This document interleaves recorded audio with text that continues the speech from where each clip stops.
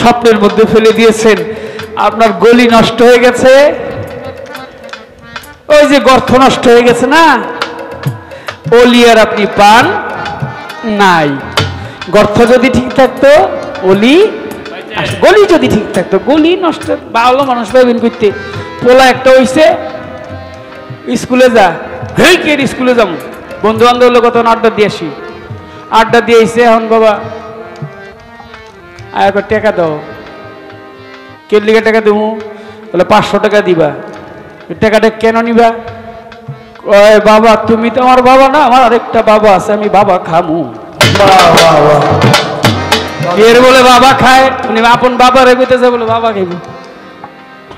মাফ করবেন, ফেসবুকের মধ্যে দেখি, ইউটিউবে বাবারে বাবা কয় না, ওই ওষুধ রে, ট্যাবলেট রে, ড্রাগ আর কি এটাকে বলে, বাবাকে হত্যা করে, বাবার গালে আঘাত মারে, চর মারে, মাকে আঘাত করে। দেখেন না আপনারা, সমাজটাই যেন কেমন হয়ে যাচ্ছে, শ্রদ্ধা ভক্তি কমে যাচ্ছে মানুষের, বাস্তব সত্য কথা এটা। তাহলে কেন? ওই যে আপনি গলিটা ঠিক করতে পারেন নাই, এর জন্য এই জিনিস হইল, মানুষের মতো মানুষ করতে পারেন নাই। দেখ না গিয়ে খালে ভিড়ে থাকে নামি জল শুকালে, ওরে কি হবে আর বাদল দিলে শুকনো মোহনা, ও বাদল কি হবে আর বাদল দিলে শুকনো মোহনা, ভাই রে তোর কি হবে আর বাদল দিলে শুকনো মোহনা। ওরে বল সময় গেলে সাগর হবে না, সময় বেশি করে আর মিশামিশি খেতে মরে, ওরে কাজ যদি হয় শীতের জলে ফল তো ধরে না, তাতে অমাবস্যাতে পূর্ণিমা হয় মহাযোগ সেই দিন। ও বলছে 7 দিনের মধ্যে কোন দিন যাব, সব দিনই তো শুক্র শনি রবি সোম মঙ্গল বুধ, বলে এক এক দিন এক একজনের কোন দিন যাব। যেদিন তোমার নাকের বাঁশি ঠিক থাকে, ডাইন পাশের নাকটা বাজে, যেই দিন তোমার এই চোখটা ডাইন পাশের চোখ ফাল পারে, যেই দিন তোমার আকাশের পূর্ণিমার চাঁদের আলো এই মাথা বরাবর আসবে, ওই দিনই যাইও। পারবেন নি এত ধৈর্য ধরতে? এই যে আয়া পড়ছে, আমি কি করবো, আমার এই যে নাতি, ওর নাম হইল শান্ত, বিয়া করছে আজকে, ঘুষ দিলে কাম হইব না, পড়ছে কথা কইতে হইব। 3-4 মাস হয়েছে প্রেম করে বিয়া করছে, তা আমার সাথে 2 বছর পেট বাজায়। আজকে আবার একটু ভালোই দেখলাম, হাসি খুশি। অন্য দিন গিয়ে দিয়ে খালি জুমে, আরে শান্ত জুমস কেন, জুমস কেন, আমার আগে যাবি গে তুই? শান্ত জুমে জুমিস না, বুঝেন নাই? জমিনা কাম করেন না, একটু ধৈর্য ধরেন না। এই ধৈর্যের শক্তি যার আছে, রেচক পুরো কুম্ভকেতে লুপ্ত করো, কাম্ভিকার প্রাণায়াম অভ্যাস করো, সাধন পথে বনমার। সেদিন ডাইন পাও আগে ফালায়ও, ডাইন দিকে পাও বাড়ায়ও, ডাইন দিকে যায়ও, সামাল কইরা বাও মাঝি ভাঙা তোমার নাও, তরঙ্গে ভৈরাছে দরিয়া কি হেইও আহা হেইও, তুমি সামাল কইরা বাও মাঝি ভাঙা তোমার নাও, তরঙ্গে ভৈরাছে দরিয়া হেইও, ও মাঝি সামাল কইরা বাও মাঝি ভাঙা তোমার নাও, তরঙ্গে ভৈরাছে দরিয়া। দক্ষিণাতে পাগলা পবন মেঘ কইরাছে ভারী, ওরে মেঘ কইরাছে ভারী, ওরে মেঘ কইরাছে ভারী, তুমি ঠিক রাখিও হাইলের কাঁটা, ঠিক রাখিও তারি কাঁটা, ঠিক রাখিও হাইলের কাঁটা, ঠিক রাখিও তারি, ওরে মাছ দরিয়ায় ডুবলে তরি, মাছ দরিয়ায় ডুবলে তরি, লাল সান্তর মাছ দরিয়ায় ডুবলে তরি, তোরে কাতল লইব টানিয়া রে, তরঙ্গে হইরাছে দরিয়া কি হেইও আহা হেইও, ও তুমি সামাল কইরা বাও মাঝি ভাঙা তোমার নাও। বুঝছেন? যদি সেই সময়টা ডাইনাকের বাঁশিটা বাজে, চন্দ্র যদি আকাশে থাকে, মন থাকবো নি শান্ত? অন্ত কয়ে গেলি, কালকে তো ভুলে যাবি নি। বাড়ি গেলে কি আর 3-4 মাস বিয়ে করছে, এই কথা কি মন থাকবো? এটা কই কর জন্য কর কি, যাক আর কিছু কমু না। আর ওই আমার কাকা বসে রয়েছে, এখন তোর কুয়া লাভ নেই, ওই জায়গায় গতিমতি কি আছে রতি সব রাগ করে না। অমাবস্যাতে পূর্ণিমা হয়, মহাযক্ষী দিনে উদয়, ফকির লালন বলে মন সেই সময় এক দণ্ডেক থাকে না। ও সাইকি লালন বলে ওই সময় দণ্ডেক থাকে না। সাইকি লালন বলে মন ওই সময় এক দণ্ডেক থাকে না রে মন। আগে ছিল না জানা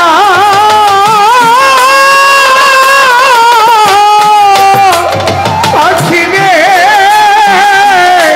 জঙ্গলার পাখি পোষ মানে না। আগে তো ছিল না জানা, জঙ্গলার পাখি পোষ মানে না।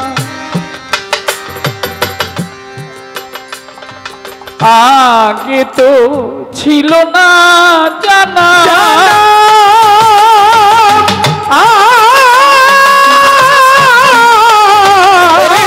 জঙ্গলার পাখি পোষ মানে না।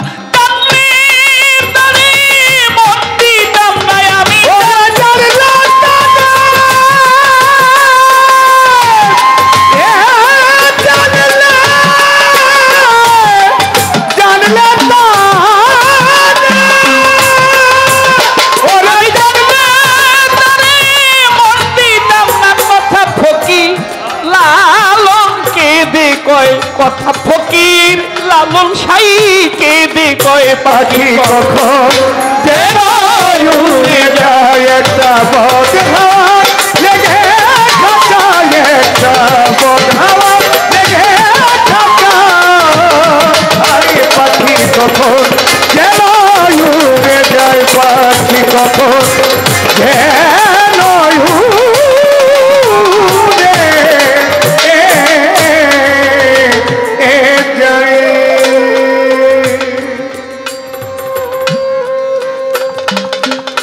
থেকে কই চলে গেলাম।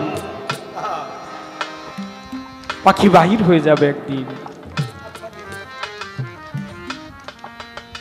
ওই দ্বার খুলে যাবে, পাখি বাহির হয়ে চলে যাবে, খাঁচাটা পড়ে রবে। অত তরাই বড়াই, পাখি বাহির হয়ে গেলে আর এই দেহের কোনো মূল্য নাই। পাওয়ার দিয়ে রেখেছে। এখন কোথায় ছিল কথাটা যেন? তাহলে সেই গর্ত কোথায়? আরো গর্ত আছে হাকিকতে গিয়ে।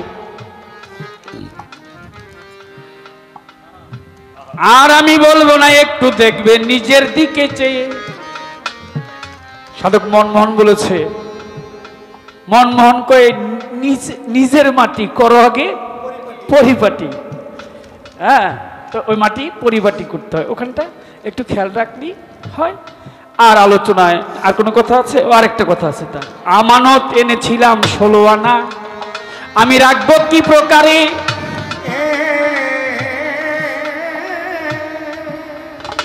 এই যে আব্বাস স্যার, এটা আবার ঝামেলা বাজা দিলেন আপনি। জানিনি তো, যাই না শুনে যে লোক জানতে চায় তার সমস্যা। কিছু লোক আছে ঘুমাইসা থাকে, তারা ডাক দিলে উঠবো, এই ওঠে লালচান তাড়াতাড়ি উঠ, লালচান ঘুমাই রয়েছে উঠে যাইব। আর যদি ওরে আমি ডাক পারি, মানে ঘুমের বাম ধরে শুয়ে রয়েছে, ওট ওকে মানে বাম ধরে শুয়ে রয়েছে। আমার আব্বাস ভাই কিন্তু জানে, আমার ইসরায়েল ভাই জানে, আপনারা সাধুগুরু যারা তারা জানে আমানতের হিসাবই তো নিবে, তাই না? যেটা দিয়েছিল রক্ষা করবেন কিভাবে? রক্ষা কি কেউ করে নাই? করেছে না, অনেক লোক করেছে। পানির মালিক খয়েস খিজির জিন্দা পীর। পানির মালিক কে? খয়েস খিজির পানিতে যার মালিক সবকিছুর আল্লাহ, কিন্তু তাকে একটা দায়িত্ব দিয়েছে যে এখন এটার মালিক তুমি। পানিতে যিনি বসবাস করে। এই যে ভাদ্র মাসে, মানে আজকে চলে একদিন পরে আমাদের ভাদ্র মাস চলে আসবে। ভাদ্র মাসে ভেলা ভাসানির মেলা হয় না? এই বিক্রমপুর, তারপরে এই দোহার নবগঞ্জ আগে বেশি হইতো, এখন কমে গেছে কিছুটা। আগে বাড়ি বাড়ি হইতো, বিক্রমপুরে দেখছি প্রতি বাড়িতে হইতেছে। লাল নিশান টানাইয়া দুধ কলা দিয়া ভেলা দিছে ভাসাইয়া, কার নামে? খোয়াজ খিজিরের নামে। কেন দিয়েছে এটা কি কেউ জানে? কারা জানে? সাধুগুরু যারা, তারা জানে। এর হাকিকত কি? তিনি শাসকান্দার বাদশাহ ছিলেন উজির, নাম ছিল তার বিলিয়া। তিনি আব হায়াতের পানি পান করে অমরত্ব লাভ করেছিলেন, তার এর জন্য মরণ নাই, তিনি পানিতে এখনো জিন্দা। সুবহানাল্লাহ। কুরআন শরীফে বলছে তিনি নবীও না, আবার নবীর যেতে কোনো অংশ কমও না।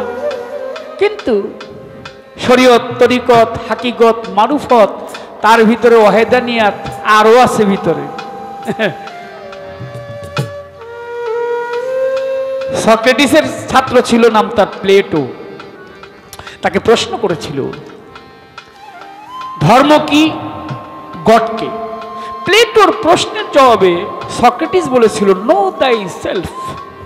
তুমি তোমাকে চেনো, তোমাকে জানো, তোমার সম্বন্ধে বুঝার চেষ্টা করো। তুমি কোথায় ছিলে, কোথায় এলে, কোথায় যাবে, কেন এসেছো, কারণ কি, কে পাঠিয়েছে? এই মিয়া, তুমি এইটুকুই আগে জানো না? ছিলে কোথায়, আসছো কোথায়, যাবে কোথায়, কেন এসেছো এখানে, যাবে কোথায়, কার কাছে যাবে? জবাবে বলেছিল, নো দাই সেলফ। তোমাকে চিনো, তুমি তো তোমাকেই চেনো না, তুমি আল্লাহকে চিনবে কিভাবে, ধর্ম জানবে কিভাবে? প্রশ্ন করলেন আরেকজন, কে? নারদ মুনি। কাকে প্রশ্ন করলেন? শ্রীকৃষ্ণকে। সনাতন ধর্মে অবতার হয়েছিল। যে বলেন দেখি ধর্ম কি আর ভগবানকে? বললেন আত্মানং বিধি। তুমি তোমাকে চেনার চেষ্টা করো, নিজেকে জানার চেষ্টা করো। নিজেকে জানলে প্রভুকে জানতে পারবে, ভগবানকে জানতে পারবে। একথা শ্রীকৃষ্ণ কয়।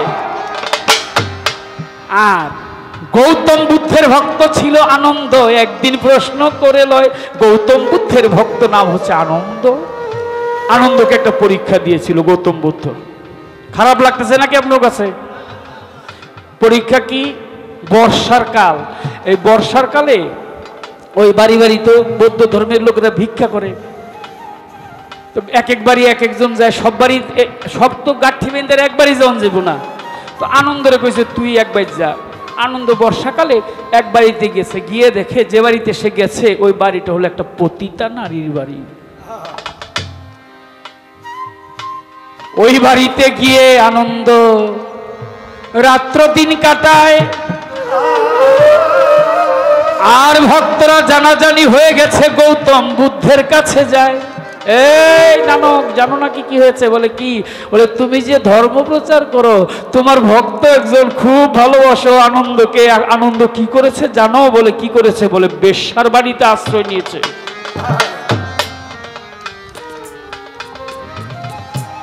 এত ভালোবাসো কেন তাকে? সে পতিতার বাড়িতে। বলে অপেক্ষা করো। 3 মাস গত হয়েছে, আনন্দ এসেছে ওই পতিতাকে নিয়ে। আনন্দ আসছে, তুমি নাকি গিয়েছিলে তার বাড়িতে, একটু দাও না শুনিয়ে কি করেছো? বলে আমি 3 মাস তার বাড়িতে ছিলাম। আমি যেমন সন্ন্যাস জীবন লাভ করেছি আপনার কাছ থেকে, এই পতিতাও সে পতিতা বৃত্তি ছেড়ে দিয়ে সে সন্ন্যাসিনী হয়ে গেছে। পতিতাকে কি বানিয়েছে? সন্ন্যাসিনী বানিয়েছে। একজন গুরুর, সব গুরুর কর্মই হচ্ছে এটা। সে আনন্দ প্রশ্ন করেছিল গৌতম বুদ্ধকে, বলেন দেখি গুরু ধর্ম কি, ঈশ্বরকে? গৌতম বুদ্ধ বলে ধর্মং শরণং গচ্ছামি, বৌদ্ধং শরণং গচ্ছামি। এই ধর্ম সম্বন্ধে জানতে চাও, আগে তুমি তোমাকে চেনো, তোমার নিজের দেহটাকে চেনো, ঈশ্বরকে জানতে পারবে। বলি তোমার ঠাই। আমার দয়াল নবীকে মাওলাই আলী প্রশ্ন করেছিল, নবী গো আমি আপনার কাছে জানতে চাই। ও নবী বলেন দেখি ধর্ম কি, আল্লাহকে? আমার নবী বলে মান আরাফা নাফসাহু ফাকাত আরাফা রাব্বাহু, মান আরাফা নাফসাহু মান আরাফা, মান আরাফা মানে মধ্যস্থান, মান আরাফা নাফসাহু ফাকাদ আরাফা রাব্বাহু। যদি রবকে জানতে চাও, আল্লাহকে জানতে চাও, মিয়া আগে তুমি তোমাকে চেনার চেষ্টা করে নাও। তুমি তো মধ্যস্থানই চিনো না। তোমার মধ্যস্থানকে, দেহটাকে ভাগ করেছে উদারা মুদারা তারা, 3 ভাগে, তাই একটা ভাগ তো মধ্যস্থানে আছে। এইটুকু বললাম। তাই বলেছে মান আরাফা নাফসাহু ফাকাদ আরাফা রাব্বাহু। তুমি ওখানটা যদি জানতে পারো তোমার সব হয়ে যাবে। আহা, তাই জি বললেন গানের মাঝে, ওই যে বললো না যে ওই ওখানে আবার ওই পাহারা দেয় গর্তের মধ্যে,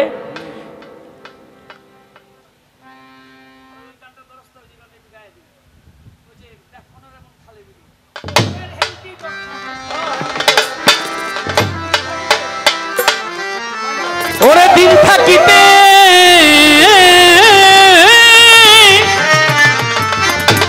ও একটা প্রশ্ন করে লই। রাধা আর চন্দ্রাবলী, কৃষ্ণ চন্দ্রাবলীর ঘরে ছিল। আজকে রাত্রে, এই রাত্রে কোথায় ছিল কৃষ্ণ? কথা কবেটা মাইকে ক। চন্দ্রাবলীর ঘরে। কৃষ্ণ আজকে রাত্রে কোথায় ছিল? চন্দ্রাবলীর ঘরে ছিল। চন্দ্রাবলীর ঘর থেকে কৃষ্ণ চলে আসছে, পিছনে পিছনে দৌড়ে দৌড়ে, সরেন ডিস্টার্ব করেন না, দৌড়ে দৌড়ে চন্দ্রাবলী কৃষ্ণের কাছে আইসে, আইসা দেখে রাধার কৃষ্ণ হইল এক লগে। আর একটু কাছে যায় লই, আচ্ছা না সর, গিয়ে দেখে কি রাধা আর কৃষ্ণ একসাথে। তখন জিজ্ঞেস করেছে চন্দ্রাবলী, তুমি কেন আসছো? এখন তো আমি রাধার কুঞ্জে, তুমি কেন আসছো? প্রশ্ন। চন্দ্রা কেন গিয়েছিল? দেখ না গিয়ে খালে বিলে থাকে না মিন জল শুকালে, ওরে কি হবে বাদাও দিলে শুকনো মোহনা, আমার কি হবে বাদাও দিলে শুকনো মোহনা, আমার মন কি হবে আর বাদাও দিলে শুকনো মোহনা। ইসরাফিল ভাই তোর মোহনা শুকনা মনের হে, সময় গেলে সাধন হবে না। ও পাগল দিন থাকিতে দিনের করার কেন করলে না, সময় গেলে সাধন হবে না, সময় গেলে সাধন হবে না। অসময়ে কৃষি করে আর কৃষক মিশামিশি খেতে মরে, ওরে অসময়ে কৃষি করে আর মিশামিশি খেতে মরে, অসময়ে কৃষি করে আর মিশামিশি খেতে মরে। বাবা গাছ যদি হয় বীজের জোরে ফল তো ধরে না, মনরে গাছ যদি হয় বীজের জোরে ফল তো ধরে না। ওরে গিয়ে দেখো গাছ যদি হয় বীজের জোরে ওই গাছে ফল তো প্রত্যেকটি মানুষের ভাগ্যে একজন অলিয়া উলিয়া জ্ঞানী লোক আছে, প্রত্যেকটি মানুষের ভাগ্যে। ওই যে বলে গেল যে কখন কোন জায়গায় নদী নালায় খালে বিলে ফেলে দিয়ে আসছি, সময় গেলে সাধন হবে না, সময় গেলে সাধন হবে না। আমার মাতাল রাজ্জাক বলছে একটা গানের মধ্যে, বলছে কি, ওরে বল ধরো প্র্যাকটিস করো মনো মোহন গোলকিপার, দেহ মাঠে বল খেলতে চাও মন আমার, মন মন এই দেহ মাঠে বল খেলতে চাও মন আমার,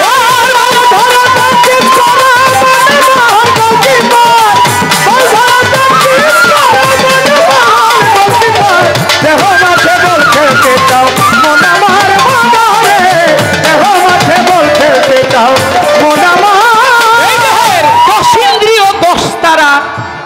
হস্ত, পদ, চক্ষু, কর্ণ, নাসিকা, ত্বক, বাত, জিহ্বা, লিঙ্গ, গুহ্য, এটা 10 ইন্দ্রিয় শক্তি। খবরদার, আগেও বলছি, রেচক পুরো কুম্ভকেতে লুপ্ত করো, কাম্ভিকার প্রাণায়াম অভ্যাস করো। যেমন টান দি দরদি,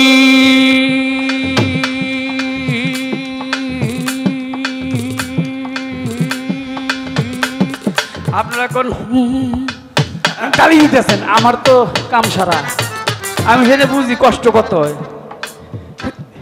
এটা ধৈর্য রাখতে কষ্ট আছে, সেই কষ্টকে, সেই সাধনকে যেই সিদ্ধি লাভ করতে পারবে সেই ব্যক্তি পারবে।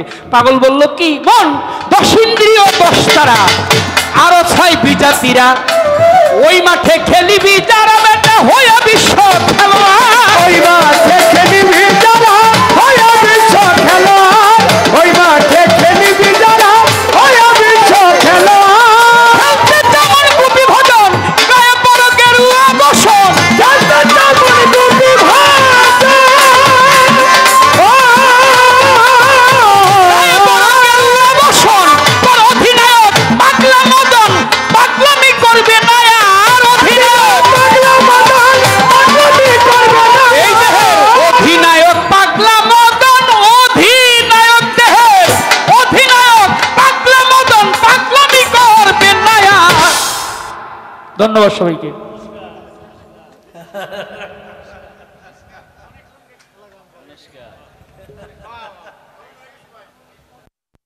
অসংখ্য ধন্যবাদ আমার দয়াল গুরুজি তার বলা এবং কওয়ার জন্য। আমার যে কথা ছিল, চন্দ্র সূর্য গ্রহ নক্ষত্র কোথায় আছো দেহ ঘরে বলো দয়া করে।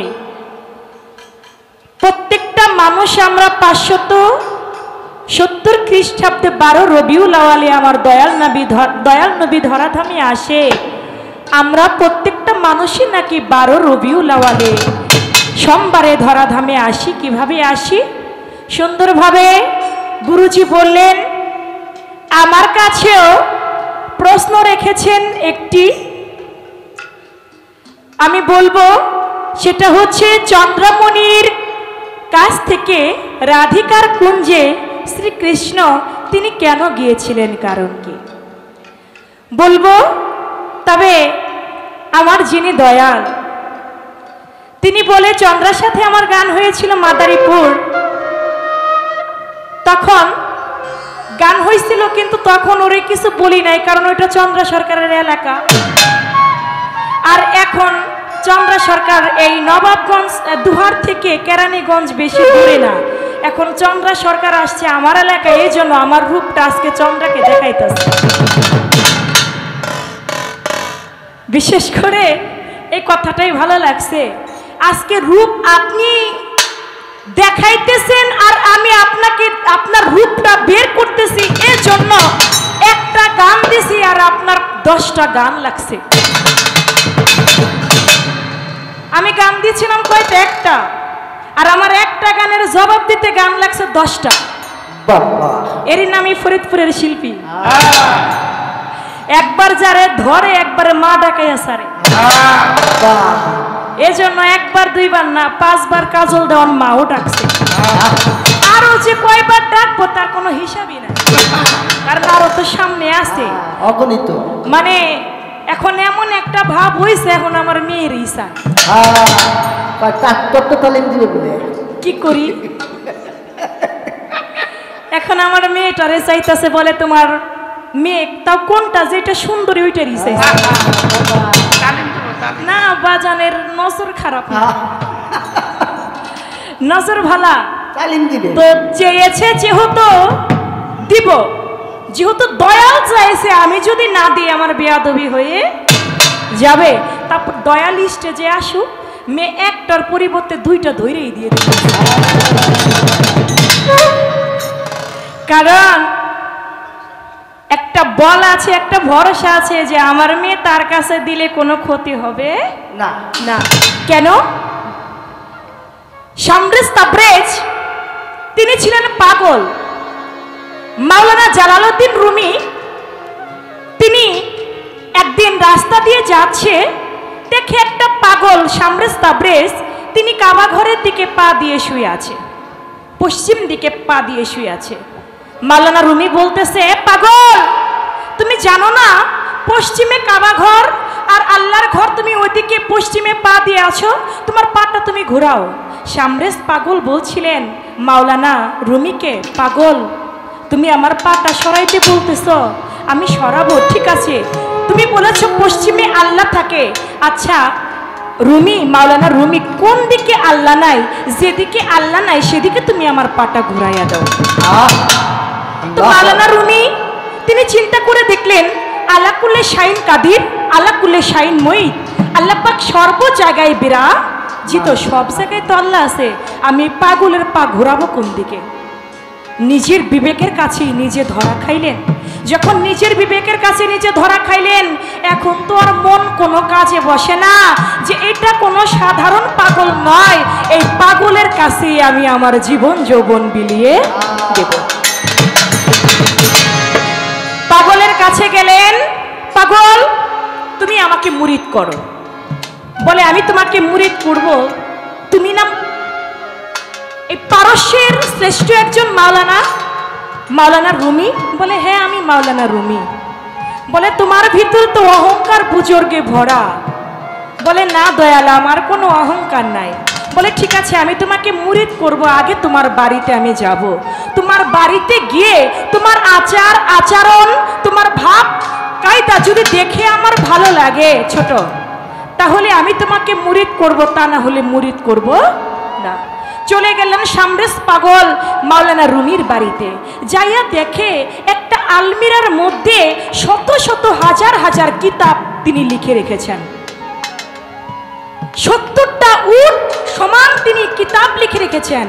বলে মাওলানা তুমি যে এই কিতাব লিখে রেখেছো, এই কিতাবের মধ্যে কিতাবকে তোমার সাথে কথা বলে?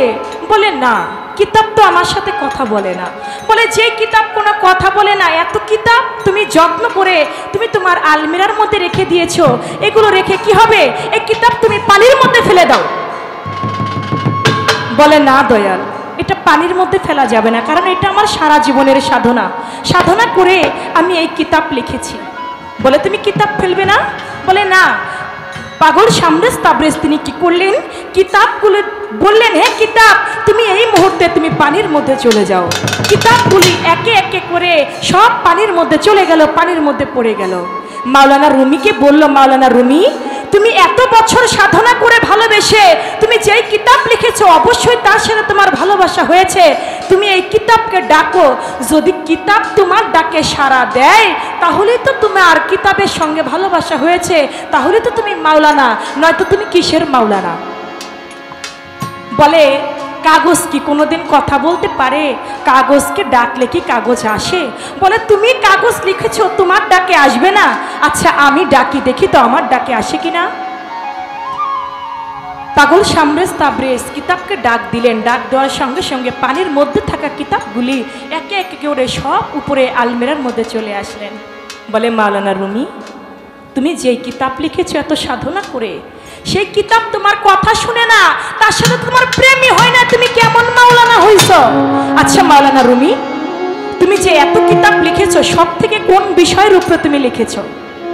বলে আমি সব থেকে মদ নিষেধ, মদ হারামের বিষয়ে আমি বেশি কিতাব লিখেছি। বলে তুমি মদ হারাম এই বিষয়ে তুমি কিতাব লিখেছো? বলে হ্যাঁ। বলে ঠিক আছে আজকে রাত্রে আমি তোমার ঘরে থাকবো। বলে আপনি আমার ঘরে থাকবেন? বলে হ্যাঁ আমি তোমার ঘরে থাকবো, আর তুমি আমাকে মদের দোকান থেকে মদ এনে দিবে। কইছি সে আপনি কি বলেন, আমি একজন মাওলানা, আমি যদি মদের দোকানে গিয়ে মদ চাই তাহলে আমাকে তো সবাই খারাপ ভাববে, আমি একজন মাওলানা, আমি কেমন করে মদ চাই? বলে তুমি যদি মদ আমাকে না দিতে পারো তাহলে তোমার বাড়ি থেকে আমি চলে যাব। বলে না, আপনাকে আমি যেহেতু পেয়েছি আপনাকে আমি ছাড়বো না, আমি আপনাকে মদ এনে দেব। মাওলানা জালালউদ্দিন রুমি তিনি গেলেন মদের দোকানে, রাতের আধারে মদের দোকানে গিয়ে এক বোতল মদ তিনি নিয়ে বাড়িতে আসলেন। আসার পরে পাগল শামরেজ তাবরেজের কাছে দিয়ে বলে দয়াল এই নেন মদ। বলে তুমি আমাকে মদ দিলা ঠিক আছে, কিন্তু মদ তো ঢেলে দিতে হবে, নয়তো আমার নেশা হবে না। আমি মদ খাবো, ঠিক আছে। তোমার ছেলে মেয়ে কয়জন? বলে দয়াল আমার মাত্র 3টি মেয়ে। বলে 3টি মেয়ের মধ্যে সুন্দরী কোনটা? বলে 3টা মেয়ের মধ্যে সুন্দরী হচ্ছে আমার মেজোটা। বলে এই মেজো, তোমার মেজো মেয়ে আজকে রাত্রের ভিতরে, আজকে রাত্রে এই ঘরটার মধ্যে আমি থাকবো, ও আমাকে মদ ঢেলে দিবে আর আমি ওই মদ খাবো। বলে দয়াল এটা কেমন করে সম্ভব? এটা তো সম্ভব না। বলে হ্যাঁ আমি বলেছি, নয়তো তোমার বাড়ি থাকবো, নয়তো আমি চলে যাব। মেয়ের কাছে গেল, যায় জালালউদ্দিন রুমি মেয়েকে বলতেছে, মারে আজকে একজন বুজুর্গ ব্যক্তি আমার বাড়িতে এসেছে। সে একজন, আমার মনে হয় তিনি আল্লাহ প্রদত্ত, আল্লাহ একজন ওলি, কিন্তু তিনি চাচ্ছে মদ খাবে। তার ভিতরে তিনি জিজ্ঞেস করেছে আমার কোন মেয়েটা সুন্দরী, আমি তোমার কথা বলেছি, তোমার হাতে মদ খাইতে চেয়েছে। ও মা তুমি কি বলো? বলে বাবা আপনি আমাকে আপনি আমার জন্মদাতা, আপনি যা বলবেন আমি তাই করব। বলে ঠিক আছে মা, তাহলে তুমি ওই লোকটার ঘরে যাও, ঘরে গিয়ে তুমি আজকে রাত্রে তাকে মদ ঢেলে দাও, তিনি মদ খাবে। ঘরের মধ্যে যখন গেল, দরজাটা পাগল লাগিয়ে দিল। যখন পাগলের দরজাটা লাগাই দিছে, পাগল সামনে স্থাপনে যখন দরজা লাগাইলো, এদিকে 2 নয়ন ছেড়ে মাওলানা রুবি কাঁদতে বাজার থাকে। কি হবে মাওলা রে, কি হবে এই না ধরার পরে। আজকে আমার মেজো মেয়ের ইজ্জত নাকি এই পাগলে হরণ করে। পাগলে চেয়েছে আমার মেয়েকে দিয়ে দিলাম পাগলের ঘরে। রাত্র চলে গেছে, রাত্র চলে গেল, দরজাটা খুলে সকালবেলা মেয়ে বের হইল। বের হয়ে বলে মারে, ও মা আমি সারা রাত্র এখানে দাঁড়িয়েছিলাম, আচ্ছা পাগল যে তোকে ডাক দিয়ে দরজা বন্ধ করে দিল, ও মা তোর কি কোনো সর্বনাশ করেছে? বলে বাবা উনি কি সর্বনাশ আমার করবে, উনি এমন একটা পাগল, আমি ঘরে যাওয়া মাত্র তিনি এই যে ধ্যানে বসছে, একটা বার আমি কেমন দেখতে আমার একটু তাকায়াও দেখে।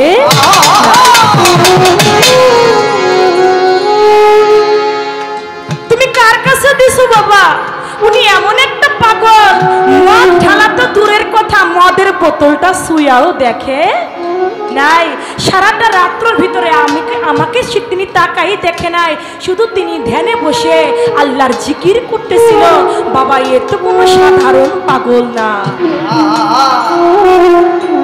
পাগলে ঘর থেকে বেরোইলো, বের হয়ে বলে মাওলানা রুমি তুমি কি ভেবেছিলে আমি তোমার মেয়েকে হরণ করব, আমি তোমার মেয়েকে নিয়ে নেশা করব না, আমি তোমার ভিতরের মদ মৎসর্যকে তুমি পরিহার্য করতে পেরেছো কিনা আমি এটাই পরীক্ষা করলাম। মুরিদ হওয়া বাবা এত সহজ বিষয় না। তুমি তোমার ভিতর থেকে তুমি কাম ক্রোধ লোভ মৎসর্যকে পরিত্যক্ত করতে পেরেছো কিনা এটাই আমি পরীক্ষা করে নিলাম। বাজান আপনি চেয়েছেন আমার মেয়েকে, আমার বিশ্বাস আছে আপনার দ্বারা আমার মেয়ের কোনো ক্ষতি হবে। আপনি যেহেতু মঞ্চে এসে, আপনি আমার গুরু, আপনি যেহেতু মঞ্চে এসে আমার কাছে এসে আমার মেয়েকে চেয়েছেন, আমি আমার মেয়েকে চাঁদনিকে আপনাকে দিয়ে দিলাম।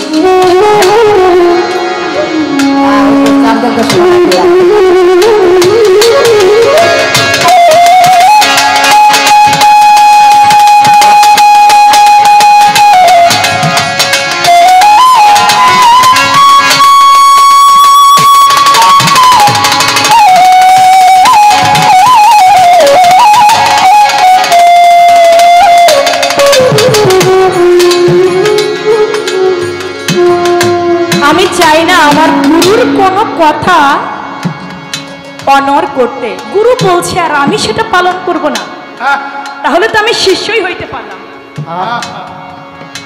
এজন্য দয়াল আপনি বলেছেন আগের আসরে আমার চন্দ্রা, আপনারা সবাই আমার চন্দ্রার জন্য দোয়া করবেন।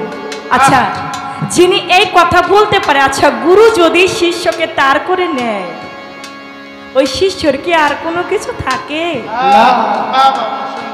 আর কিছু থাকে না। আপনি তো আমার বলেছেন, এখন আপনি আমার হয়েছেন কিনা এটা একটু আমার জানবার বিষয় আছে। আমাকে তো আপনার করে নিয়েছেন যে আমার চন্দ্রা, আপনি কি আমার হয়েছেন এটাও তো আমার বিষয় দয়াল। অবশ্যই আমিও আপনাকে আমার করে নিয়েছি, যদি আপনি দয়া গুণে সেটাকে স্বীকার করে অবশ্যই নেন। তাই সেদিক থেকে আমার একটি গান দয়ালের কাছে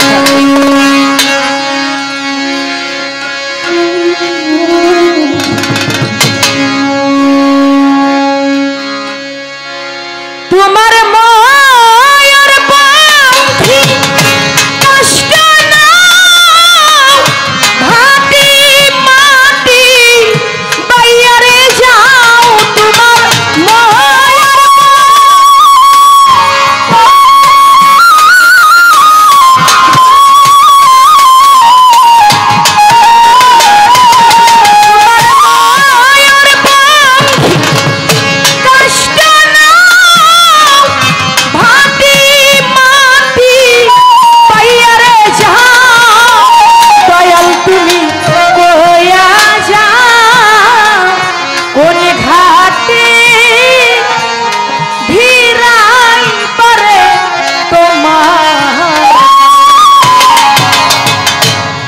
প্রশ্ন করেছি গানে গানে, এবার মুখে দুই একটি কথা জানবো।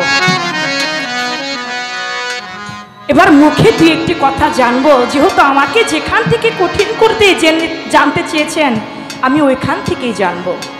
আমার দয়াল বলেছেন, আমি বলেছিলাম দয়াল এই দিনক্ষণ মাস, এই যে বৈশাখ মাস জ্যৈষ্ঠ মাস, এগুলো মাস তো কিভাবে এটা গণনা করা হলো যে এটা বৈশাখ মাস এটা জ্যৈষ্ঠ মাস? তো দয়াল বললেন যে নক্ষত্র হিসাব করে 27টা নক্ষত্র হিসাব করে হইল এক মাস। দয়াল আমি ছোট, আপনার কথা থেকে আমার কথা থাকবে, 15 দিন হচ্ছে শুক্লপক্ষ, 15 দিন হচ্ছে কৃষ্ণপক্ষ। 15 দিন কি শুক্লপক্ষ, 15 দিন হচ্ছে কৃষ্ণপক্ষ। এই 15 15 30 দিনের মধ্যে হয়ে গেল 27টা নক্ষত্র, বাদ পড়ে গেল 3টি। এই 3টি নক্ষত্র আছে কোথায়?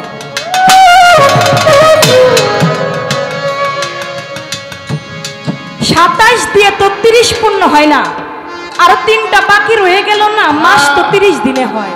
এই যে 3টা দিন নাই, এই 3টা দিন গেছে কোথায়? এই 3টি নক্ষত্র আছে কোথায়? এই 3টি নক্ষত্র দেখবো কিভাবে? এটা সাধনাটা কি?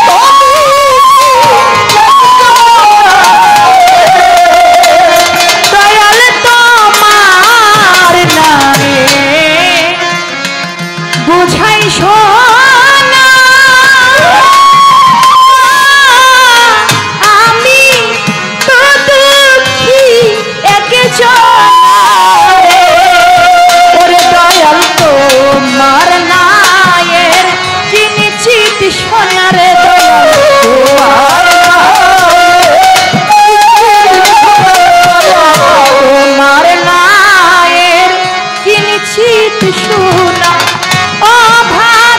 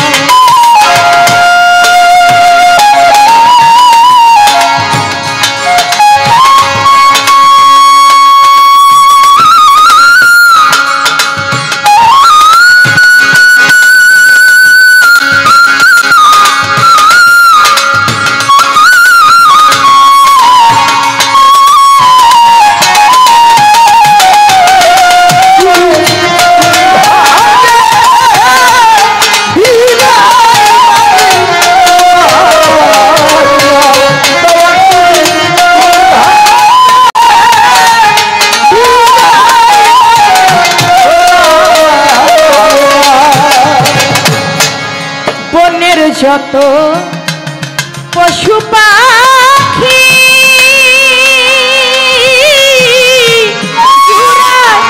জোড়ায় উড়ে দেখি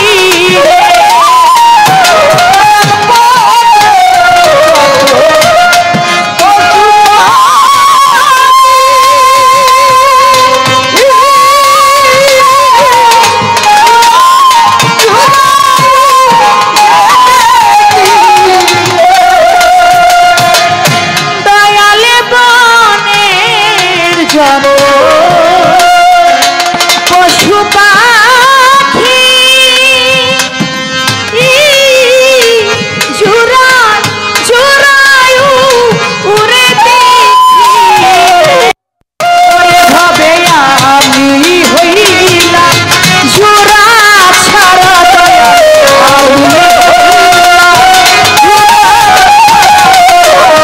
আমি হইলাম জোড়া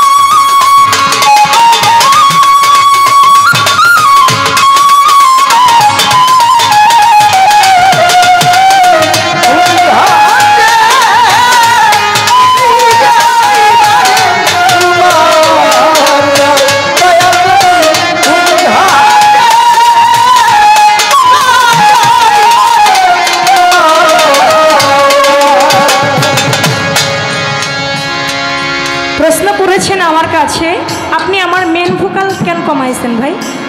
নিচে কমান, এটা বাড়ান। হ্যালো, আগের মতো আমার ভোকালটা রাখেন। প্রশ্ন করলেন আমার কাছে, শ্রীকৃষ্ণ তিনি চন্দ্রমণির ঘর থেকে শ্রী রাধিকার কুঞ্জে কেন গিয়েছিলেন?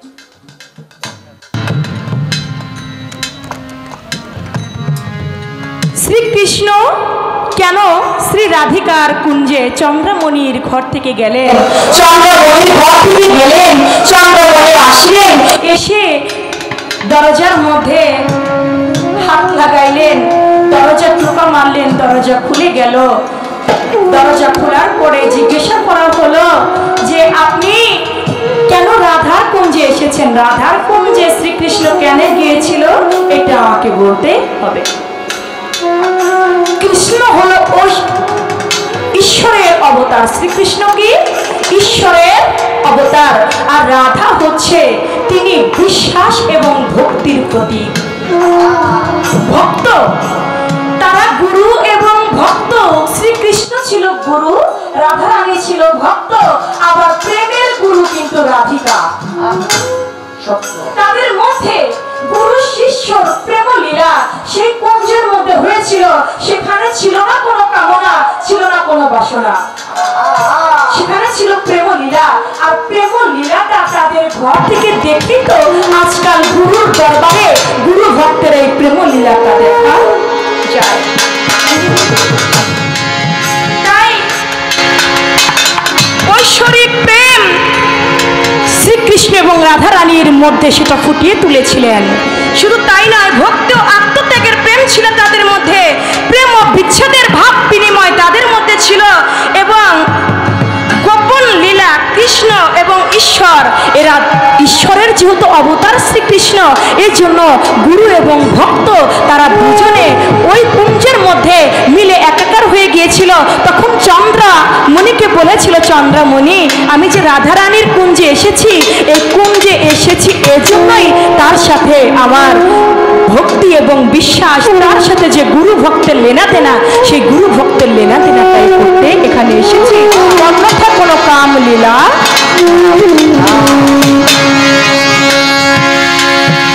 ওই রাবেয়া বসরি, হাসান বসরিকে হাসান বসরি বলেছিল রাবেয়া বসরিকে, রাবেয়া আমি তোমাকে বিবাহ করতে চাই।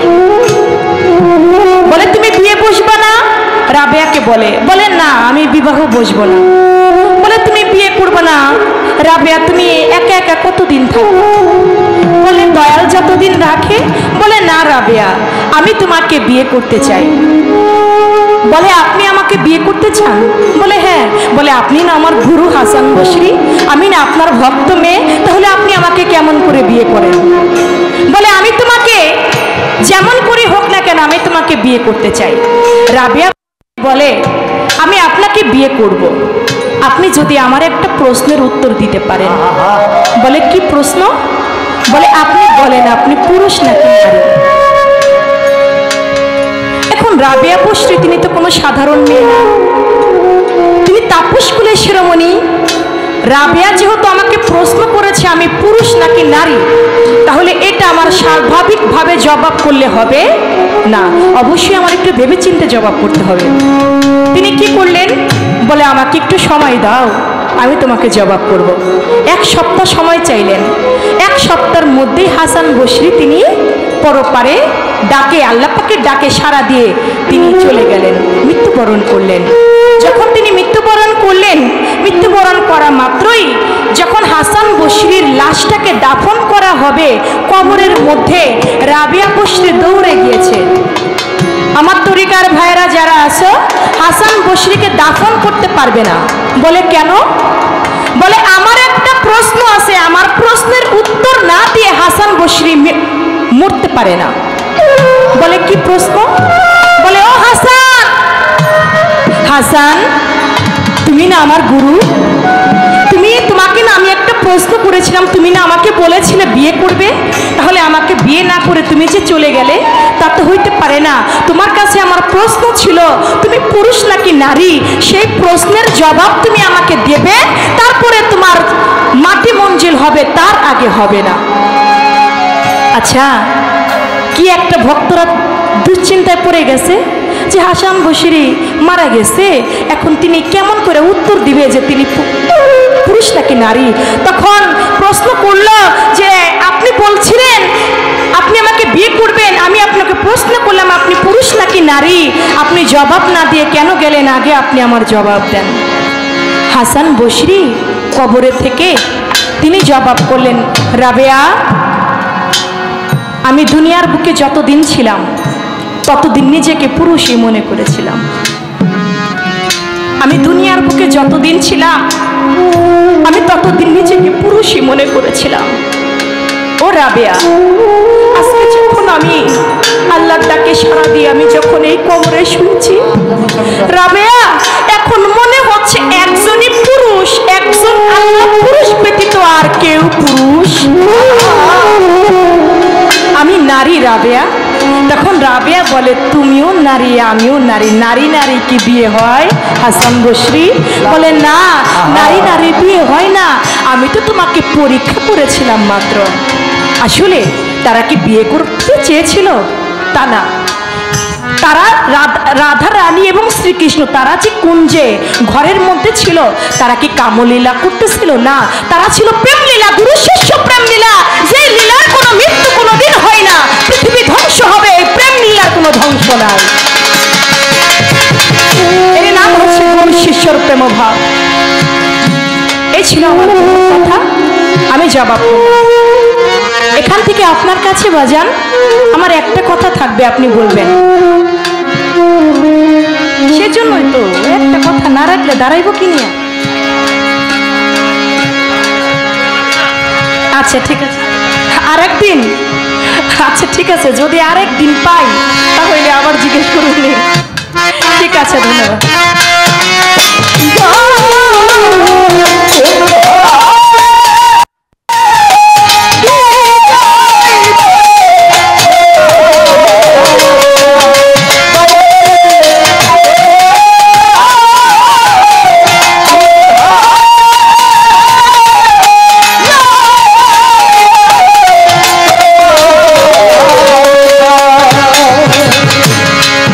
সন্ধ্যা হলো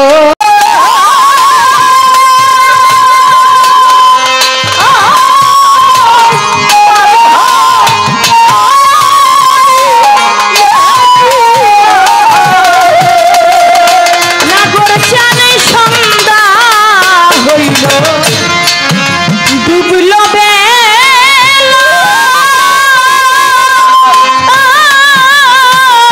পরখাতে আমি একলা রে। ওরে তোমার আশারা রইলাম বইয়া রে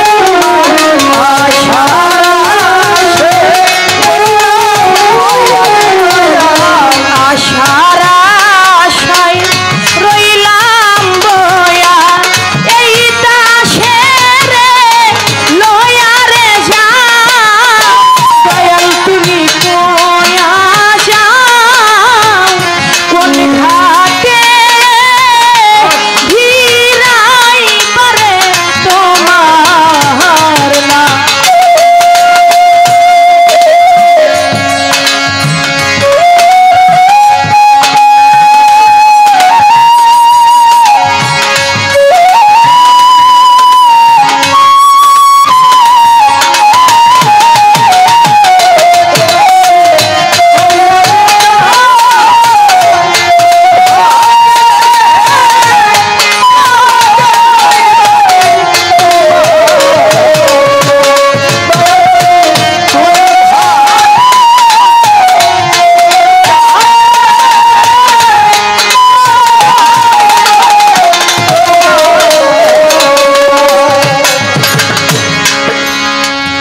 আপনারা, আমি জানি আমার গান আপনারা ভালোবাসেন, আমাকেও ভালোবাসেন। যদি ভালো না বাসতেন তাহলে এতটা ভালোবাসা আমি দুহার থেকে পাইতাম না।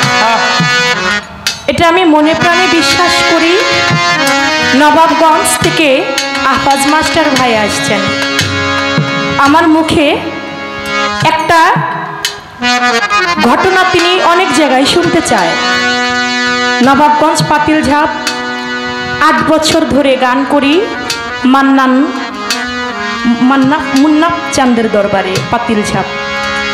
তো সেখানেও এই ঘটনাটা শুনতে চায়। আজকেও বলতেছেন, বোন অনেক দূর থেকে আসছি, তুমি খাজা বাবা কুতুবউদ্দিনের ঘটনাটা আমাদেরকে একটু শোনাইবা। যেহেতু গুরু ভক্তের ঘটনা, আজকে গুরু শিষ্য পালা যেহেতু শুনতে চাই তোমার কাছে।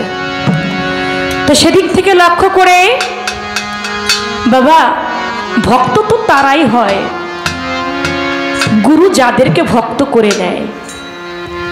কুতুবউদ্দিন খাজা বাবা চিস্তিয়া তরিকার মুরিদ যারা, তারা অনেকেই এই ঘটনাটা জানে।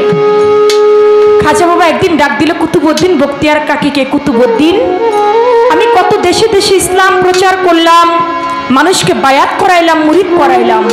কুতুবউদ্দিন তুমি দিল্লি শহরে যাও, মানুষকে বায়াত করাও, মুরিদ করাও। কুতুবউদ্দিন বলে, দয়াল দিল্লি শহর কত বড় শহর, যদি কোনো বিপদে পড়ে যাই, বলে তুমি বিপদে পড়ে গেলে আমাকে তুমি স্মরণ করো, তাহলে তোমার কোনো বিপদ থাকবে না। গুরুচরণে একটা ভক্তি দিয়ে কুতুবউদ্দিন চলে গেল দিল্লি শহরে। এত বড় শহর কোথায় গিয়ে উঠবে? দিল্লি শহরের যিনি বাদশাহ ছিলেন, বাদশাহ শামসুদ্দিন আলতামাজ, তার দরবারেই গিয়ে উঠলেন। উঠা মাত্র 1 মাস হয়ে গেছে, খাজা বাবার নামের উপরে হাজার হাজার মুরিদ হয়ে গেছে কুতুবউদ্দিনের হাতে। কিছু সংখ্যক লোক ছিল যারা খাজা বাবাকে বিশ্বাস করতো না, যারা কুতুবউদ্দিনকে বিশ্বাস করতো না, তারা 7 থেকে 8 জন বড় বড় নেতারা এক জায়গার মধ্যে বসে তারা বলতেছে, যেমন করেই হোক খাজা বাবার ভক্ত কুতুবউদ্দিনকে আলতামাজের দরবার হতে তাড়াইতে হবে। বলে কেন তাড়াবো? বলে যেমনি ভাবে ইসলাম প্রচার করতেছে, মানুষকে বায়াত করাইতেছে, মুরিদ করাইতেছে, এমনি ভাবে যদি আর কিছুদিন চলে, আমাদের যে বাপ দাদার ধর্ম আছে তা নষ্ট হয়ে যাবে, তা আর থাকবে না। যেমনি হোক কুতুবউদ্দিনকে তাড়াইতেই হবে। 6 থেকে 7 জনের মধ্যে একজন লোক বলে, আমি জানি কেমন করে তাড়াতে হয়। বলে কেমন করে? বলে অমুক একটা পতিতালয় আছে, আর পতিতালয়ে সুন্দরী একটা নারী আছে, ওই নারীটাকে দিয়া যদি কোনো মিথ্যা প্রবঞ্চনা করানো যায়, তাহলে কুতুবউদ্দিনকে তাড়ানো অনেক সহজ হইয়া যাবে। চলে গেল পতিতালয়ে। পতিতালয়ে গিয়ে দেখে সুন্দরী একটা নারী, কিন্তু তিনি 5 মাসের অন্তঃসত্ত্বা। যায়া বলে, হে সুন্দরী নারী, তোমাকে একটা কাজ করে দিতে হবে। বলে ভাই রে, আমি কি কাজ করব? আমি 5 মাসের অন্তঃসত্ত্বা। বলে তুমি 5 মাসের অন্তঃসত্ত্বা, এই জন্যই তোমাকে আমাদের দরকার। বলে কি দরকার? বলে তুমি একটা ব্যক্তির নামে একটা মিথ্যা কথা বলবা। বলে কার নামে? বলে খাজা বাবার একজন ভক্ত কুতুবউদ্দিন বখতিয়ার কাকি, তার নামে। বলে কি মিথ্যা কথা বলবো? বলে বলবে তোমার সাথে ভালোবাসার সম্পর্ক করে তোমার গর্ভের মধ্যে একটা সন্তান ধারণ করছে, এই সন্তান এখন কুতুবউদ্দিন স্বীকার করে না। বলে এই বিচারটা আমি কোথায় গিয়ে দিব? বলে বাদশাহ আলতামাজের দরবারে দিবে। এমন তো অবস্থায় বাজান আমার বিচারের কাজ শুরু হইয়া গেছে। ওই মহিলা দৌড়াইয়া বাদশাহ আলতামাজের দরবারেতে গেছে। যাইয়া বলে বাদশাহ নন্দন, আমি আপনাকে জানাই আজকে সমস্ত মানুষের বিচার পরে হবে বাদশাহ। আমি অবলা নারী, আমার বিচার চাই। বাদশাহ ছিলেন ন্যায়পরায়ণ বাদশাহ, মায়েদের খুব ভালোবাসতো। বলে বলো মা, তুমি কি বিচার নিয়ে এসেছো? বলে বাদশাহ রে, তুমি আমার দিকে লক্ষ্য করে তাকিয়ে দেখো, আমার সাথে একজন লোক ভালোবাসার সম্পর্ক করে আমার গর্ভের মধ্যে একটা সন্তান ধারণ করছে। এই সন্তানটা এখন সে স্বীকার করে না বাদশাহ। আমি এই বিচারটা আপনার দরবারে দিলাম। বলে সেই লোকটা কি আমার এই দরবারে আছে? কহ বাদশাহ আছে। বলে সেই লোক যদি আমার দরবারে থাকে, আমি তো দিল্লির বাদশাহ, আমি দাঁড়িয়ে কথা দিলাম তার উপযুক্ত সাজা না দিয়ে আমি আমার এই চেয়ারে বসবো না। বলো মা, কে তোমার এত বড় সর্বনাশ করছে? বলে আর কেউ না বাদশাহ, তুমি যাকে গুরু রূপে তোমার হৃদয়ের আসনে বসিয়েছ, তুমি যাকে ডান পাশে চেয়ারে বসিয়েছ, সে আর কেউ নয়, তোমার মুর্শিদ কুতুবউদ্দিন বখতিয়ার কাকি। কয় আমার দয়াল এত বড় পাপ কাজ করছে? কয় হ করছে। কয় মহিলা সাবধানে কথা বলো, তোমার কোনো সাক্ষী আছে? ওই 7 জন লোক দাঁড়িয়েছে, আমরা এই সাক্ষী। বলে কি দেখেছ? বলে প্রতিদিন রাত্রেবেলা দেখেছি আপনার দয়াল কুতুবউদ্দিন ওই মহিলার বাড়িতে যাওয়া আসা করতো। কি হয়েছে না হয়েছে ভরা সবাই, এত কিছু বলা যাবে না। সাক্ষী পেয়ে গেছে, বাদশার তো বিচার করতে হবে। বাদশাহ গুরুকে বলে কুতুবউদ্দিন, আমি খাজা বাবাকে বিশ্বাস করে তোমার হাতে হাত রেখে আমি বায়াত গ্রহণ করেছিলাম। আমার মনে হয় তুমি গুরু আমার সঠিক গুরু না। তুমি আমার দরবার হইতে এই মুহূর্তে চলে যাবে, আর কোনোদিন আসবা না। তোমার মুখ আমি দেখতে চাই না, এটাই তোমার জন্য বড় সাজা। তুমি আমার দরবার থেকে এই মুহূর্তে চলে যাও। ভক্ত তারাই দেয় আমার না করু চাঁদে, ভক্ত তারাই দেয় আমার জব্বার চাঁদে, ভক্ত তারাই দেয় আমার সজীব চাঁদে। দয়াল কুতুবউদ্দিন সহ্য করতে পারে না, চেয়ার থেকে উঠে দাঁড়াইল। দাঁড়াইয়ে আস্তে আস্তে করে সামনের দিকে, বাবার পা চলে না, মাটির মধ্যে বৈশা কুতুবউদ্দিনের দিকে তাকাইয়া কয় কুতুবউদ্দিন, আলতামাজের দিকে তাকায় কয়ে আলতামাজ, তুই না দিল্লির একজন বাদশাহ? আজকে 7 জন লোক সাক্ষী দ্বারা আমি আর তোর গুরু, আমাকে তুই বিশ্বাস করলি না, আমারে তুই দরবার থেকে দাঁড়াই দিতাছস। এ বাদশাহ, এত বড় পাপ কাজ আমি করছি কিনা আমারও তো একটা সাক্ষী থাকতে পারে রে বাদশাহ। কই তুই তো আমার কাছে আমার একটা সাক্ষী চাইলি না। বাদশা রে, তুই কি আমার একটু সময় দিবি? আমি আমার সাক্ষীকে হাজির করতাম। কুতুবউদ্দিনের কথা শুনে আলতামাজ বলে ঠিক আছে, তুমি তোমার সাক্ষীকে হাজির করো। বিপদে পড়ে নিদানে পড়ে ডাকে আমার খাজা বাবাকে। পথের কাঙ্গাল কোইলি তুই আমার দয়াল, ঘরের বাহির কোইলি তুই আমার আস্কা। পথের কাঙ্গাল করলি তুই আমার, যা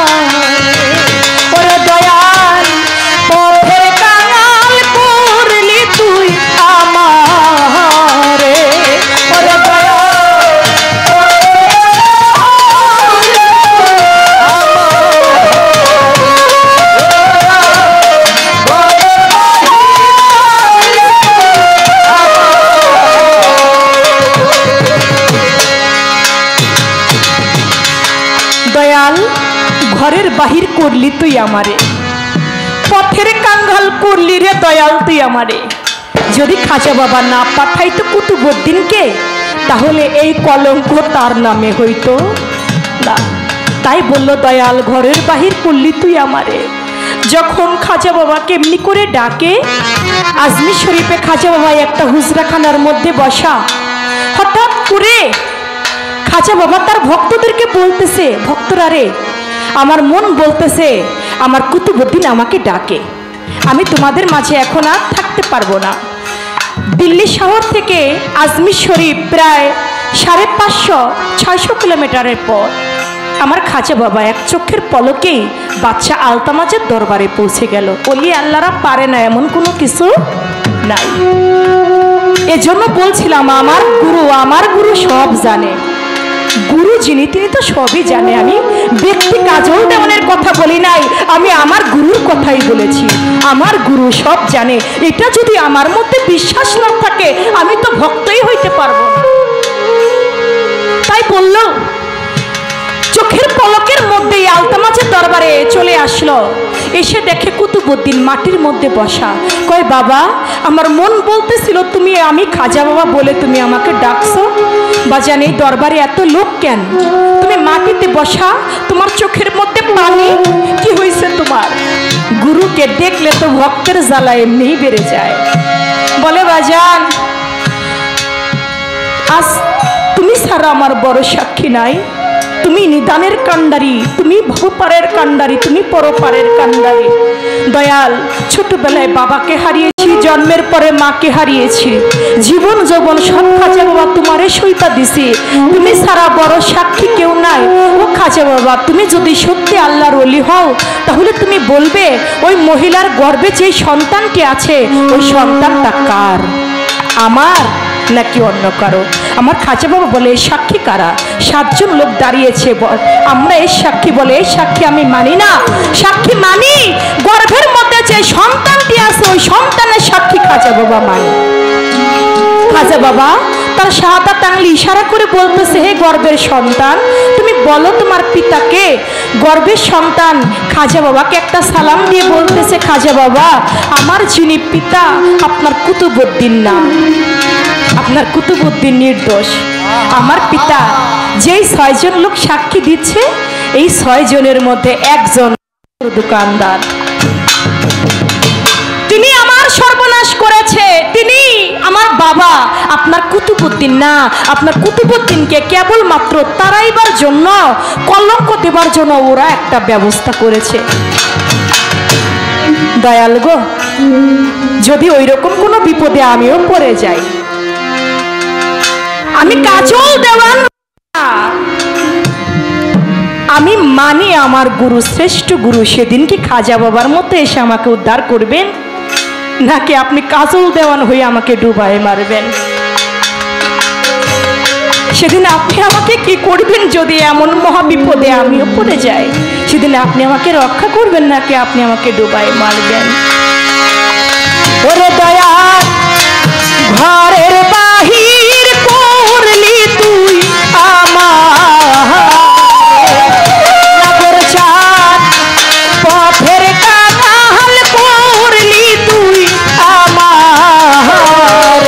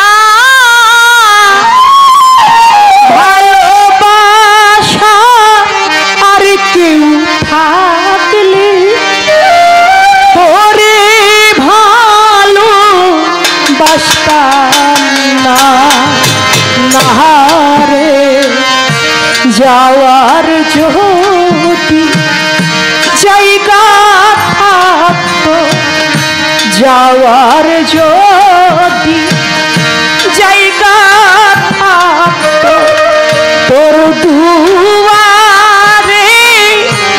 আসতাম না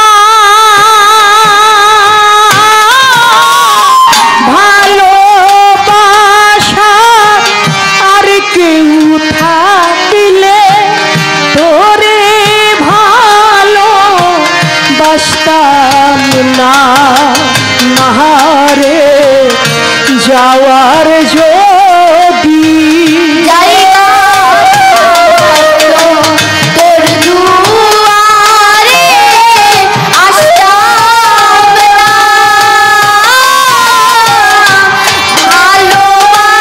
ভালোবাসার আর কেউ থাকলে তোরে ভালো বাসতাম না যাওয়ার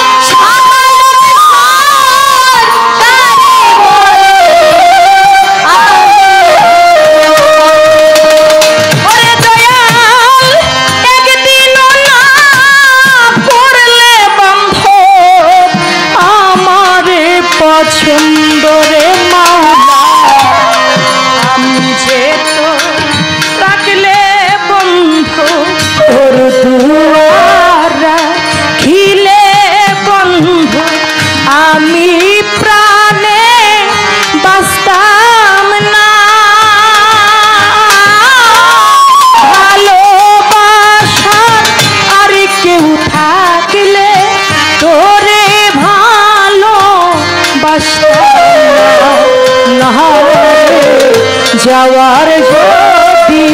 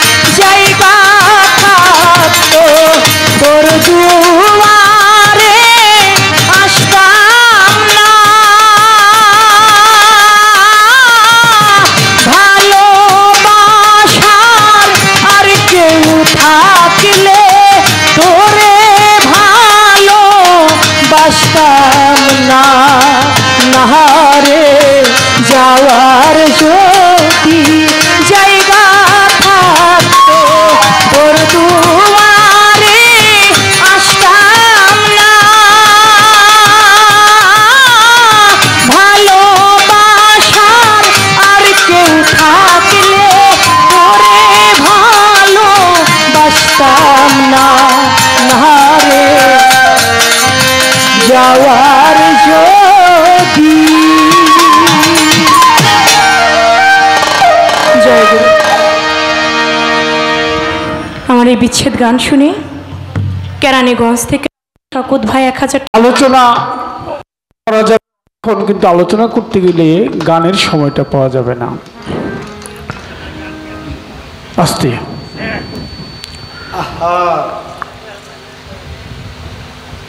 সত্য রজ তম এই বিষয়টা বুঝলেই সেই নক্ষত্র বাহির হয়ে আসবে। সত্য রজ তম এই প্রশ্নের আলোচনা আরেকটু আগে হইলে ভালো হইতো, তাহলে আমি তারা জিজ্ঞেস করতে পারতাম, কিন্তু এখন আর আমি জিজ্ঞেস করতে পারবো না, যেহেতু সময় নেই। সত্য রজ তম এই ভাইটার নাম কি? উনি এবার একটু আপনার কাছে জানতে চাই, সত্য রজ তম কি একটু বলেন দেখি। পারবেন না, কারণ আপনি তো এই বিদ্যা না, আপনি আরেকটা বিদ্যায় আছেন, এর জন্য জানার দরকার আছে। যদিও আমি কিছুই জানি না। আরেকটা কথা বলছে যে আপনি দয়াল সেদিনকে আমাকে পার করবেন। দয়াল বললে কে না পার করে? আমি দয়াল মাঝি পারের কর্ণধার, দয়াল বলে কেউ ডাক দিলে তারই করি পার। মাধবের সেই ঘাটে যখন গুরু গিয়েছিল, মাধব তুই আমাকে পার করে দে, সময়টা আবার এরকম হয় না যে শিষ্য গুরুকে পার করে দেয়। ও চন্দ্রা, আমি যদি কখনো তোমার ঘাটে আসি, তুমি আমাকে পার করবা কিনা সেটা বলো। সময় তো নাই, সময় থাকলে আলোচনা করা যেত। লালন সাইজি বললেন,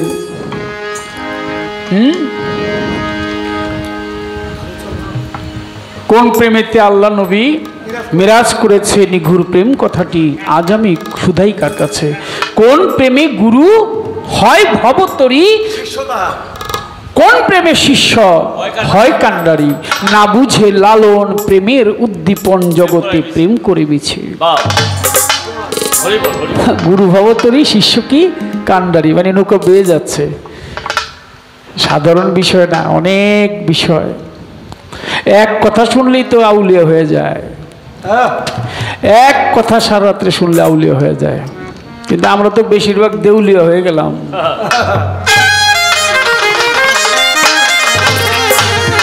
আলোচনা নাই, ভুল ত্রুটি ক্ষমা চাই, দোয়া চাই, দয়া চাই, বেঁচে থাকলে কোথাও কখনো দেখা হবে। সারা বিশ্বের মানুষ ভালো থাকুক, চন্দ্রা আমার কথায় যেন কোনো কথায় যেন কষ্ট না পায়। আর ওই মেয়েটা ওরে আসলে আমি হইলো ও তো খালি দেখি কতক্ষণ পর পর তোমার শিখাই দেয় না, তা আমি কইলাম বলে আমার কাছে এলে যে আমারও দু একটা শিখাই দিব, এর জন্য ওরে আনতে চাইছিলাম। আমি কি আর এমনি আনতে চাইছি? এরপরে ওদেরকে আবার গানের সুযোগ দিতে হবে। একজনের নাম হলো কি চাঁদনি, আরেকজন হচ্ছে প্রিয়া। ওরা দুইজন দুইটা গান গাইব, আমি গামো একটা। তাহলে কয়টা হইলো? তিনটা হইলে তোরা শেষ হয়ে যাবে। আমরা কি করবো? আমরা গামো না। ও রিপন একটা গাইব, আমার রিপন আছে, ও গাইব, খেপে গেছে।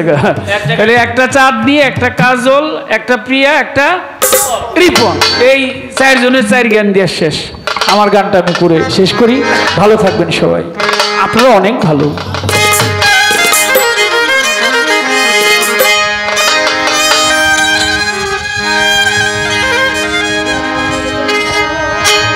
আমার পোড়া মনের ব্যথা, আহা, আমার রশিদ ভাই গানটা লিখেছে। জীবনে আরেকদিন গিয়েছিলাম, আজকে নিয়ে দ্বিতীয় দিন, হয়তো রেকর্ড হয় নাই, কিন্তু কেন জানি আজকে গাইতে মন চাইল। আমার ইসরাফিল ভাইকে দেখি, হয়তো বা হইতে পারে গানটা রশিদ ভাইয়ের স্মরণে। পোড়া মনের ব্যথা, ব্যথা কার কাছে জানাই, কার কাছে কই মনের ব্যথা রে,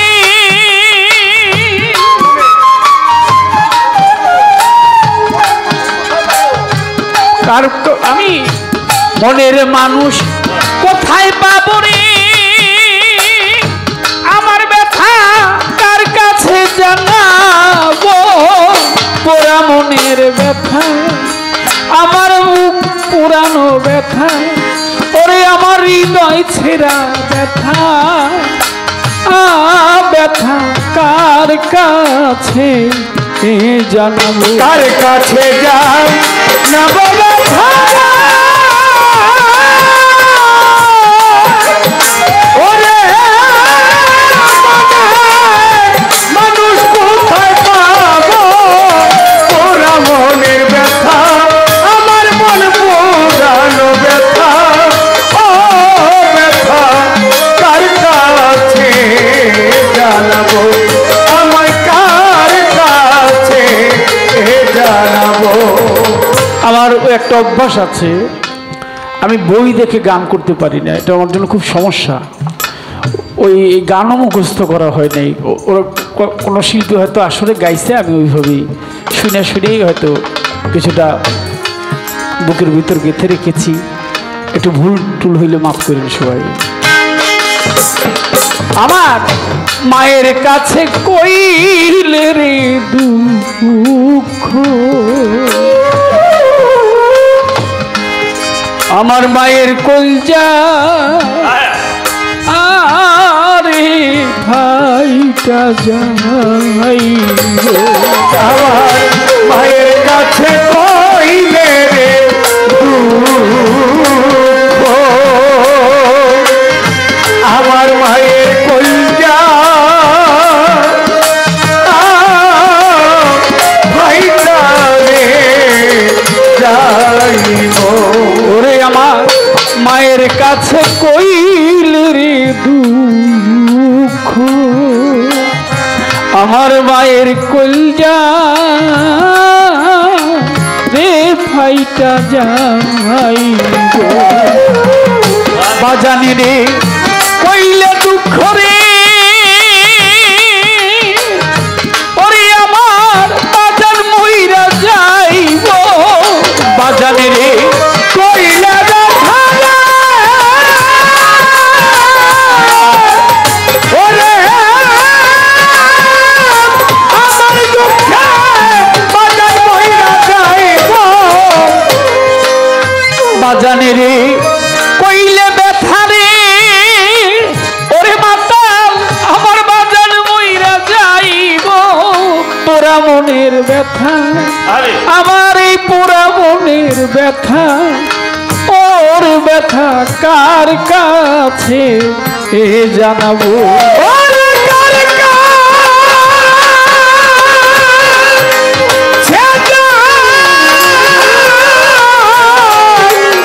না বলে থাকা, ওরে মানুষ কোথায় পাবো পোড়া মনের ব্যথা, আমার কলজা পোড়া ব্যথা, মাতাল বন্ধু কার কাছে জানাবো আমার পোড়া মনের ব্যথা, ও বাজান কার কাছে জানাবো। নদীর কাছে কইলে রে দুঃখ, আমার দুঃখে নদীর জল খাইয়া রে যাইব। আমি নদীর কাছে কইলে রে দুঃখ, ওরে নদীর জল খায়া রে যাইব। আমি নদীর কাছে কইলে নদীর জল শুখাইয়া যাইব। পাহাড়ে রে কইলে ব্যথা রে, আমার ব্যথায় পাহাড় কইলা যাইব। পাহাড়ে রে কইলে ব্যথা আমার দুঃখে পাহাড় কইলা যাইব। পাহাড়ে রে কইলে ব্যথা রে, আমার ব্যথায় পাহাড় কইলা যাইব। পোড়া মনের ব্যথা, আমার এই বুক ছিড়ানো ব্যথা, ওরে ব্যথা কার কাছে জানাবো। আমার পোড়া মনের ব্যথা, ও বাজার কার কাছে জানাবো আমার পোড়া মনের ব্যথা, আরে ও ব্যথা কার কাছে। কইব না রে ব্যথা, আমার দুঃখ সামলাইয়া রাখিব। আমি কইব না রে ব্যথা, আমার ব্যথা সামলাইয়া রাখিব। আমি কইব না রে ব্যথা, আমার ব্যথা সামলাইয়া রাখিব। বৈরাবরের কাছে গিয়া রে, ওরে তোমার রশিদ বিদায় দিব। ওই বৈরাবরের কাছে গিয়া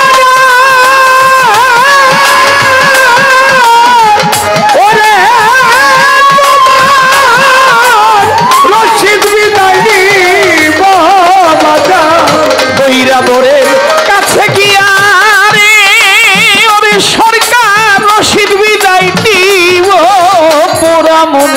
ব্যথা ও ব্যথা কার কাছে জানাবো ও ব্যথা কার কাছে কার কাছে দিব ব্যথা রে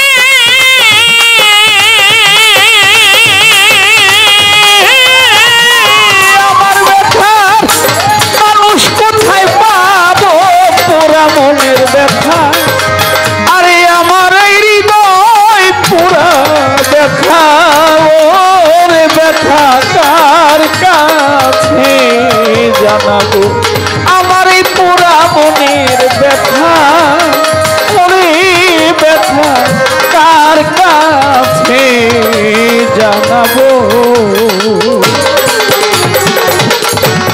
ভুল ত্রুটি ক্ষমা চাই দোয়া চাই দেখা হবে আবার ধন্যবাদ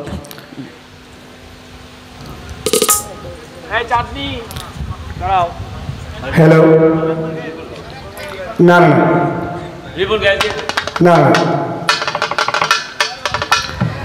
আচ্ছা আমাদের তিনজনের গানটা যদি মামা যদি আর একটা গান গায় ভালো হবে না না না আমার ইসরাফিল ভাই আমার বিয়েই আপনি আসলেই বিয়েই কিন্তু নকল বিয়েই না আমাকে দোয়া করেছেন পুরস্কারের মাধ্যমে আমার বাবাজি ফারুক বাবাজি তিনি 500 টাকা দিয়েছে আমার এই কি যেন নামটা কাউসার বাবাজি অনেকগুলি টাকা দিয়েছে সকলের প্রতি যেহেতু মাইক আছে এই পাশে তাহলে রিপোর্ট একটা গিয়ে দাও তারপর চাঁদনি প্রিয়া ওরা দুইজনে 2 টাকা দেবে ধন্যবাদ সবাই হ্যাঁ দিব 8:30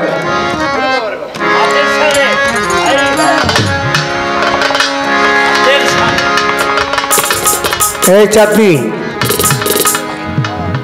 মানে মামার স্থাতে তুমি আমার লাগো মামি যেহেতু চন্ডাপ আমার বোন তা আমরা একটা পালা করব এই পালাটার নাম হবে রাধা কৃষ্ণ এজন্য আমরা কৃষ্ণর কাছে কি শিখলাম আর রাধার কাছে কি শিখলাম এজন্য একটা পালা হবে তা আমার কোনোদিন সুযোগ হয় না গান গাওয়ার জন্য একটা গান ছোট করে গাই আমাদের তো সুখের জীবন তাই না আল্লাহ পাক যেহেতু এমন একটা জীবন দিয়ে পাঠিয়েছে একটা সুখের গানই গাই গাইও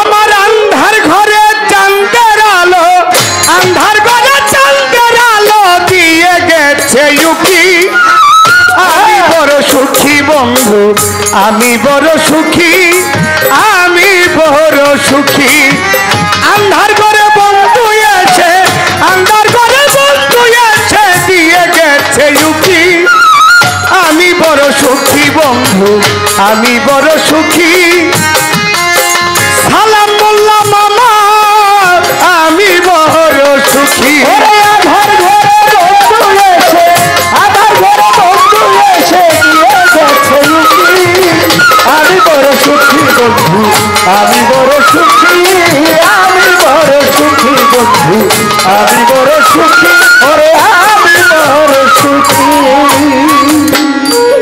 ওরে বিচ্ছেদের যাতনা নাই আমার নাই রে হাই হুতাল চিরদিন ওই চরণে হয়ে রহবদান ওরে বিচ্ছেদের যাতনা নাই নাই রে হাই হুতাল চিরদিন ওই চরণে হয়ে রহবদান ওরে বিচ্ছেদের যাতনা নাই আমার নাই রে হাই হুতাল ওরে বিচ্ছেদের যাতনা নাই নাই রে হাই হুতাশ মামা চিরদিন ওই চরণে হয়ে রবদান আমি বন্ধুর প্রেমে হব বন্ধুর প্রেমে হব সেদিকে যায় আখি আমি বড় সুখী বন্ধু আমি বড় সুখী আমি বড় সুখী বন্ধু আমি বড় সুখী আমি বড় সুখী আধার ঘরে বন্ধু এসে আধার ঘরে মাতাল এসে দিয়ে গেছে লুকি আমি বড় সুখী বন্ধু আমি বড় সুখী আমি বড় সুখী সুখী বন্ধু আমি বড় সুখী ওরে আমি বড় সুখী ওই আমার চঞ্চল মনে প্রেমের বাতাস আনন্দে খায় দোলা যারে আমি মন দিয়াছি যাই কি তারে ভোলা না না না না না না রে না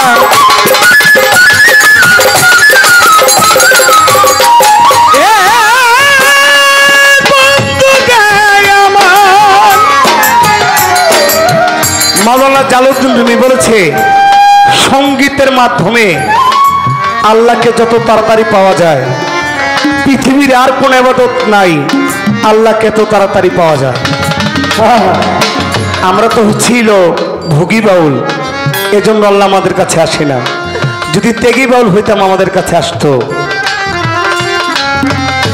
আমার চঞ্চল মনে প্রেমের বাতাস আনন্দে খাই দোলা যারে আমি মন দিয়াছি যাই কি তারে ভোলা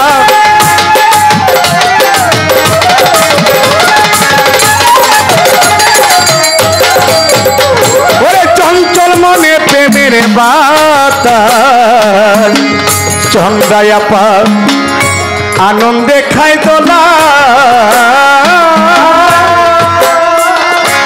যারে আমি মন দিয়াছি যাই কি তারে ভোলা ভাষার পাথর ডুবাই শোলা ভাষার পাথর ডুবাই শোলা ভাষার পাথর ডুবাই শোলায় আমি চেয়ে চেয়ে দেখি আমি বড় সুখী বন্ধু আমি বড় সুখী আমি বড় সুখী বন্ধু আমি বড় সুখী ওরে ঘর ঘরে বন্ধু আছে আদার ঘরে বন্ধু দিয়ে গেছে আমি বড় সুখী বন্ধু আমি বড় সুখী আমি বড় সুখী বন্ধু আমি বড় সুখী আমি বড় সুখী ওরে তোমার আমার প্রেমের কথা মাতালে বন্ধু সর্বলোকে জানে কিছুটা বলে গেলাম ও মামা কাজলেরই গানে তোমার আমার প্রেমের কথা সর্বলোকে জানে কিছু স্মৃতি রেখে গেলাম দেওয়ালেরই গানে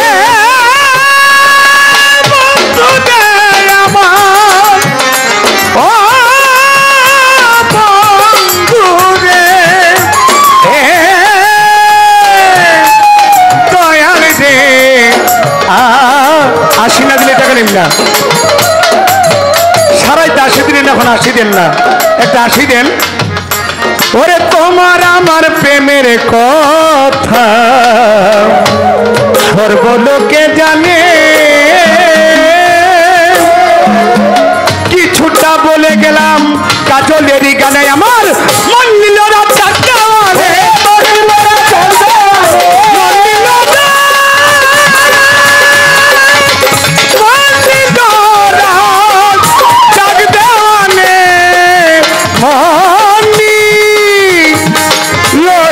जग देवाने ओरे আমার মন্দির রাত দেওয়ানে মন্দির রাত দেওয়ানে আমার চন্দ্রমুখী আমি বড় সুখী বন্ধু আমি বড় সুখী আমি বড় সুখী বন্ধু আমি বড় সুখী আমি বড় সুখী বন্ধু আমি বড় সুখী আমি বড় সুখী আমার আন্ধার ঘরে চাঁদের আলো আন্ধার ঘরে চাঁদের আলো দিয়ে গেছে উকি আমি বড় সুখী বন্ধু আমি বড় সুখী আমি বড় সুখী বন্ধু আমি বড় সুখী আমি বড় সুখী